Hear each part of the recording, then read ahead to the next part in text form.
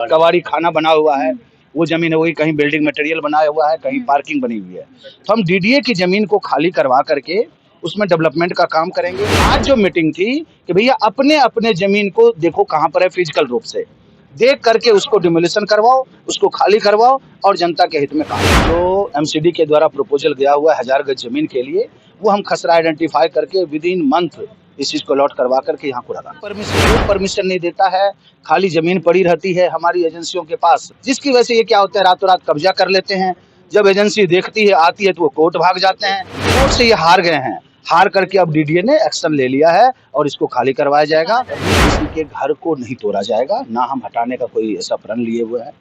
हम सिर्फ उस जमीन को आइडेंटिफाई कर रहे हैं जो हमारा बाउंड्री किया हुआ है, अवैध रूप से कब्जा है। मैं आश्वस्त करता हूँ आपको कि 1 साल तक मैं घर घर पानी पहुंचाने का काम करूंगा, चाहे वो टैंकर के माध्यम से हो, ट्यूबवेल के माध्यम से हो या परमानेंट सॉल्यूशन के माध्यम से हो।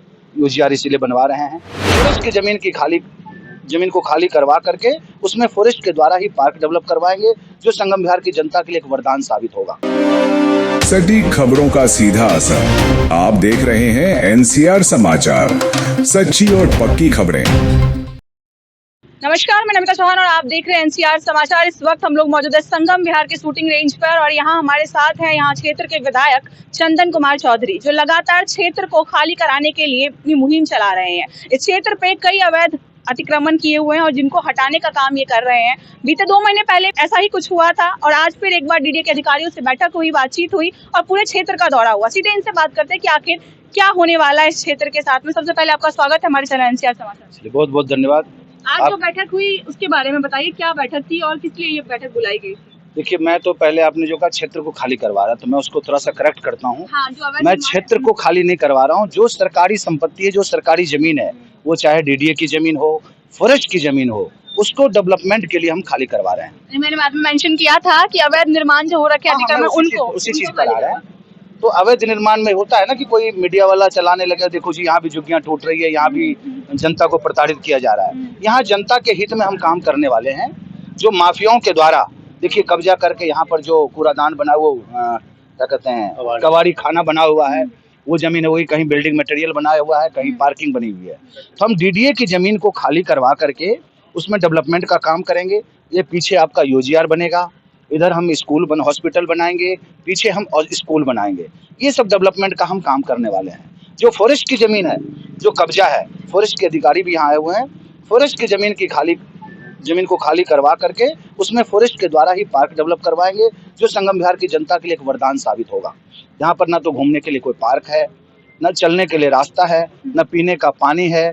11 साल तक मोहनिया जी यहाँ पर विधायक रहे, दिल्ली जल बोर्ड के उपाध्यक्ष भी रहे। चाहते तो यूजीआर भी बन जाता, रोड भी बन जाता, गंदे पानी की निकासी भी हो सकती थी, लेकिन उन्होंने नहीं किया। लेकिन अब मुझे जनता ने आशीर्वाद दिया है। मैं जनता को एक ईश्वर के रूप में मानता हूँ और ईश्वर को साक्षी मान करके इनका एक सेवक बन करके मैं काम करना चाहता हूँ। मेरा जो संकल्प है 1 साल में घर घर तक पानी, पहले 2 साल का मैंने संकल्प लिया था, अब मुझे कुछ अपने सरकार से आशा जगी है। तो मैं आश्वस्त करता हूँ आपको कि 1 साल तक मैं घर घर पानी पहुँचाने का काम करूँगा, चाहे वो टैंकर के माध्यम से हो, ट्यूबवेल के माध्यम से हो या परमानेंट सॉल्यूशन के माध्यम से हो। यूजीआर इसीलिए बनवा रहे हैं। उसके बाद डीडीए की ज़मीन को अलॉट करवा करके हम स्कूल बनवाने वाले हैं, हॉस्पिटल बनवाने वाले हैं। उसके बाद जो ज़मीन बचती है, उसके बाद बारात घर हो गया, बहुत सारे एजेंसियों को दे करके हम उस पर काम करने वाले हैं। आपने क्षेत्र का दौरा किया है, लेकिन शिव मंदिर वाले रोड पर काफी आगे तक कई लोगों ने अपने घर मकान भी बना रखे हैं। क्या उनको भी हटाया जाएगा या कोई और रास्ता निकाला जाएगा? अभी किसी के घर को नहीं तोड़ा जाएगा, ना हम हटाने का कोई ऐसा प्रण लिए हुए है। हम सिर्फ उस जमीन को आइडेंटिफाई कर रहे हैं जो हमारा बाउंड्री किया हुआ है, अवैध रूप से कब्जा है, उसको कब्जा को खाली करके हम उस पर डेवलपमेंट करने वाले हैं। तो ये सरकारी जमीन पर पार्किंग, अभी आपने जब दौरा किया तब देखा और हमने भी देखा कि अवैध जमीन, मतलब अवैध तरीके से पार्किंग वहाँ पर बना करके और लोग अपना पैसा कमाने का जरिया बना चुके हैं। उसे कौन परमिशन दे रहा है इनको? क्या इसमें परमिशन नहीं देता है? कोई परमिशन नहीं देता है। खाली जमीन पड़ी रहती है हमारी एजेंसियों के पास। जो भी हमारा गवर्नमेंट डिपार्टमेंट है, उसके पास इतने वर्कर्स नहीं होते हैं, इतने एम्प्लॉय नहीं होते हैं जो चौकीदारी करें, जिसकी वजह से ये क्या होता है, रातों रात कब्जा कर लेते हैं।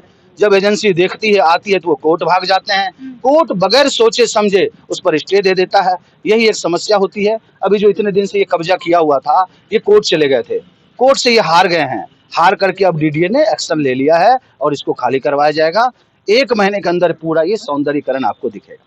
करीबन 2 महीना पहले जब आपकी मीटिंग हुई थी, ठीक इसी जगह पर हम सभी मौजूद थे और उस वक्त भी आपने कहा था कि 1 से 1.5 महीना लगेगा और ये पूरा एरिया जितना भी अवैध कब्जा है वो सब हट जाएगा। एक बार फिर से आज 2 महीने बाद मीटिंग हो रही है और आप फिर 1 महीने ये जो मीटिंग मैं आपको बताना चाहता हूँ, 2 महीने पहले जो मीटिंग हुई थी वो इंस्पेक्शन हुआ था। एक दूसरी एजेंसियां, डीडीए में भी बहुत सारी एजेंसियां हैं, वो प्लानिंग है, एलएम है, इंजीनियरिंग डिपार्टमेंट है, सब ने अपनी अपनी जमीन को आइडेंटिफाई कर लिया कि ये प्लानिंग के पास है, ये खसरा, ये एलएम के पास है, ये इंजीनियरिंग डिपार्टमेंट के पास है। सब ने अपना अपना एक ज्वाइंट इंस्पेक्शन कर लिया। आज जो मीटिंग थी कि भैया अपने अपने जमीन को देखो कहाँ पर है, फिजिकल रूप से देख करके उसको डिमोलिशन करवाओ, उसको खाली करवाओ और जनता के हित में काम करो। ठीक हमारे 2 महीने का नतीजा है कि आज एक एक जमीन का आइडेंटिफिकेशन हो गया कि कौन एलएम के पास है, कौन इंजीनियरिंग पास है, कौन हॉर्टिकल्चर के पास है। तो सारी एजेंसियां यहाँ पर है और कौन सी जमीन फॉरेस्ट वालों के पास है।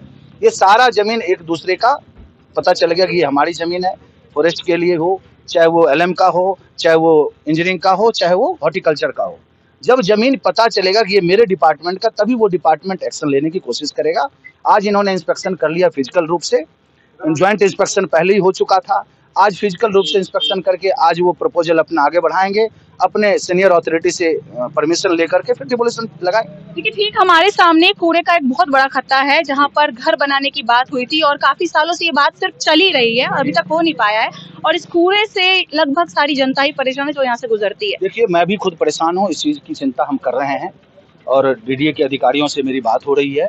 जो एमसीडी के द्वारा प्रपोजल गया हुआ है 1000 गज जमीन के लिए, वो हम खसरा आइडेंटिफाई करके विद इन मंथ इस चीज़ को अलॉट करवा करके यहाँ कूड़ादान करवाएंगे। रतिया मार्ग के चौड़ीकरण का क्या होगा? रतिया मार्ग के चौड़ीकरण का फिलहाल तो हम उसको इंक्रोचमेंट खत्म कर रहे हैं।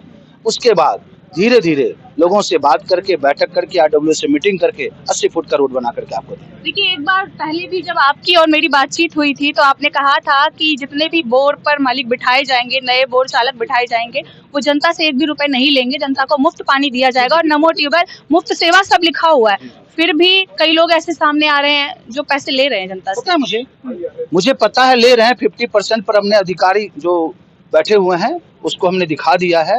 50% लोगों से कब्जा हमने छीन करके जनता को समर्पित किया है। अब देखिए, प्रोसीजर होता है किसी भी चीज का। अभी हमने 100 सरकारी एम्प्लॉयड का टेंडर करवा थर्ड पार्टी के द्वारा, उसको करवा दिया है। आज पहला एक एम्प्लॉय हमारे क्षेत्र में आ गया है। धीरे धीरे जैसे एजेंसी एम्प्लॉय को देते जा रही है उस तरह से हम करवाते जा रहे हैं। नए लोगों को आपने दिया है वो भी ले रहे हैं? किसी भी नए लोग को दे रहे हैं, तत्काल प्रभाव से दिए हुए थे। तत्काल आप इस चीज को देखिए, कोई नया नहीं है, कोई पुराना नहीं है। सरकारी ट्यूबवेल है, सरकारी एजेंसी चलाएगी, जनता को समर्पित करेंगे और फ्री ऑफ कॉस्ट पानी पिलाएंगे। ये वादा जो मेरा था वो पूरा करके मैं दिखाऊंगा। देखिए, जो वादा किया था वो पूरा होगा और 1 महीने के भीतर भीतर यहाँ कूड़े से जो समस्या हो रही है, एक बार पीछे दिखाइए, पूरा कूड़ा घर यहाँ पे बना हुआ है। कूड़े की वजह से यहाँ की सारी जनता परेशान रहती है और इस वक्त जहाँ हम लोग खड़े हैं वहाँ पर भी इतनी गंदगी है, इतनी मक्खियां हैं कि लोग खड़े नहीं हो पा रहे हैं। तो इस पर 1 महीने के अंदर अंदर काम होगा और बताया जा रहा है कि संगम विहार का सौंदर्यीकरण बहुत जल्द जनता को देखने को मिलेगा। हम भी इसी भरोसे के साथ आज खत्म करते हैं इस वीडियो को और देखते हैं कि आगे क्या होता है। आपको लगातार अपडेट करते रहेंगे। बने रहिए हमारे चैनल एनसीआर समाचार पर। मैं आपके साथ नमिता चौहान। चिंता मत कीजिए, आपका भरोसा टूटे